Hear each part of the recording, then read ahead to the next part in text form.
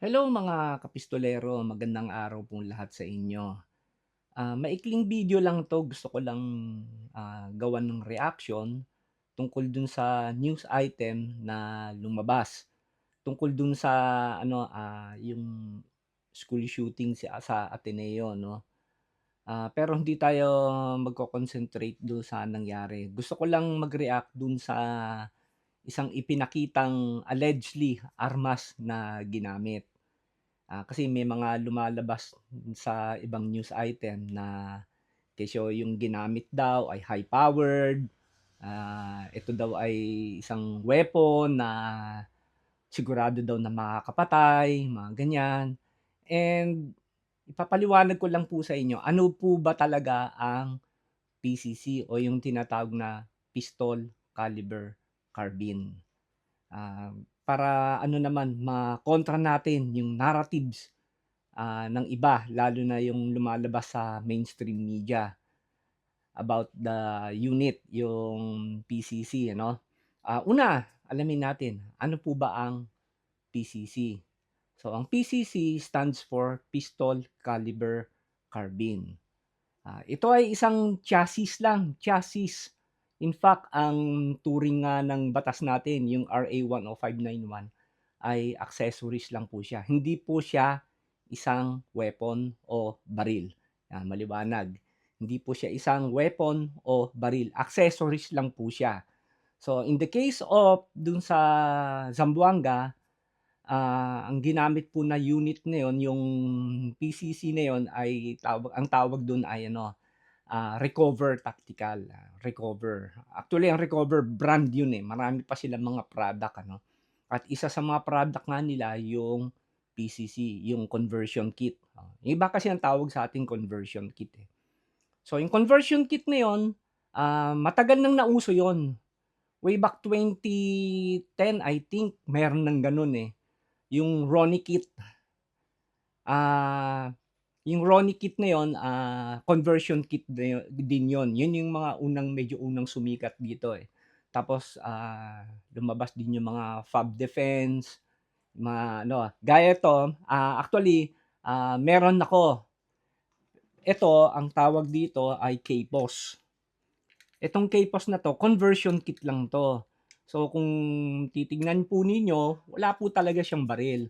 Kaya yung lumabas sa isang news item, lalo na sa Facebook, na ito daw po ay armas. Hindi po ito armas, accessories lang po ito. So kung titingnan mo, ito yung pinaka-K-pos, so wala ho siyang baril. Meron lang po siya yung chassis, yung stock, at yung handle. At yung Picatinny rail na pwedeng kabitan ng red dot. Yan. So, ito, lumabas to nung mga 2010, mga ganyan, no? Kasi nung time na yun, or mga 2013, mga ganon, medyo nagkakahigpitan kasi sa ano, sa pagbili ng rifle, no? Kaya yung naisip ng mga iba na sa gun community, since gusto nila mag-shoot ng rifle, ay bumibili sila ng mga conversion kit para ah, makatikim naman sila na may buttstock at parang feel nila nagsushoot din sila ng rifle. Pero don't get me wrong, hindi porket nilagay mo na yung baril dito ay magiging rifle na siya na pwedeng pang long distance. So ito ipapaliwanag ko. So meron akong Glock pistol. Kasi itong KPOS ko or any other conversion kit, no, merong pang Glock, merong ibang pang brand, no. Sa case ko, itong KPOS ko is para sa Glock 17 or Glock 19. Naka-indicate naman dito eh. So, i-assemble ko pero i-blur ko kasi ayaw ni YouTube ng ganito eh. So, sige, i-assemble natin ha.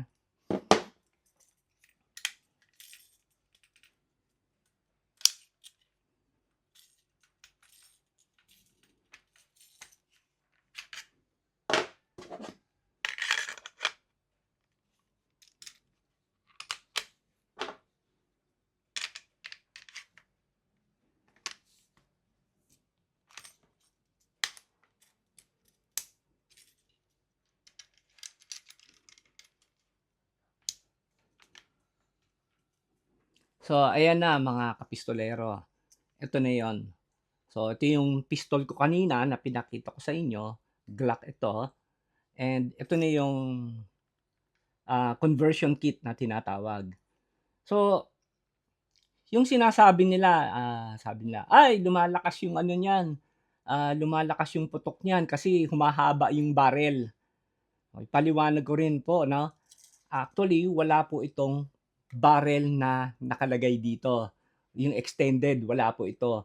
So ano yung ginagamit niyang barrel, yung barrel na ginagamit niya ay galing pa rin naman dito sa pistol na ikinabit mo. So sa madaling salita, kung ano yung firepower ng kinabit mo, yun din yun. So pistol kinabit mo, pistol rin talaga. Glock 17, yun pa rin naman yung firepower niya. 17 rounds pa rin siya. Maliban lang kung maglalagay ka ng mga extended mags na 33 rounds. So, ano ang pakinabang nito? Doon naman tayo sa ano. So, ano pinagkaiba nito? Kinabit mo lang naman yung ano, yung baril dito ah, sa conversion kit. So, ang nakikita kong advantage lang dito ay mas stable yung shooting mo kasi meron kang stock. Yun lang. Tapos meron kang red dot. Pero actually, no big deal naman ng red dot eh. Ang red dot kahit sa pistol, mga pistol ngayon, meron na silang pwedeng ka nang magkabit ng optics eh. So, tawagin natin siya optics. Wag na red dot kasi maraming klase naman yun. Pwede ka naman talaga magkabit ng optics sa mga baril para sa accuracy. Gaya nito, itong Glock 19 ko, meron na siyang optics at meron din siyang tack light and laser.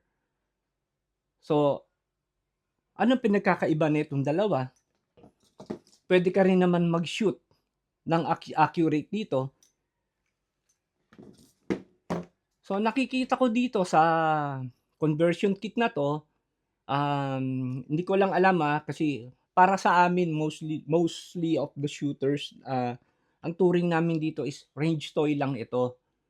So, punta ka lang ng range, feel mo lang na makapag-shoot ka ng rifle, yun lang.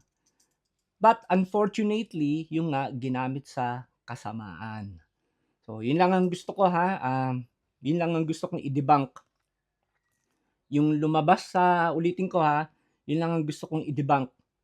Hindi po ito high-powered rifle, gaya ng sinasabi ng ibang mainstream media. Hindi po ito isang high-powered rifle. Baril pa rin ito na ikinabit lang sa chassis. Yan. Binabagalan ko na yung salita ko para maipaliwanag din po ng maigi. And yung sinasabi nila na armas, hindi po ito isang armas. Accessories lang po ito. Without this, ito, wala siya. Wala siyang pakinabang. Accessories lang siya. And isa pang gusto ko i-debunk, yung barrel daw, mas nagsushoot daw siya ng mas malayo, mas long range. Hindi po. Kasi yung barrel na ginagamit, kung ano po yung barrel ng pistol, yun din po yung ginagamit dito sa unit na to. Ayan. Actually, maraming klaseng mga conversion kit, ano? Sa market, ang dami. Hera, Ronnie, Kapos, Recover Tactical, at marami pang iba. So, gusto ko lang i-explain na itong conversion kit na to ay accessories lang po ito. At allowed po ito under Republic Act 10591.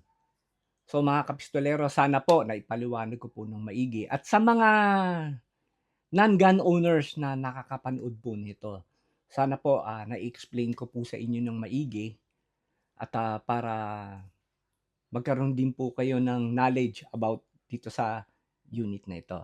Sana po nagustuhan po ninyo itong maikling video ko pong ito. And as always, be a responsible gun owner. Mag-ingat po tayong lahat, and to God be the glory.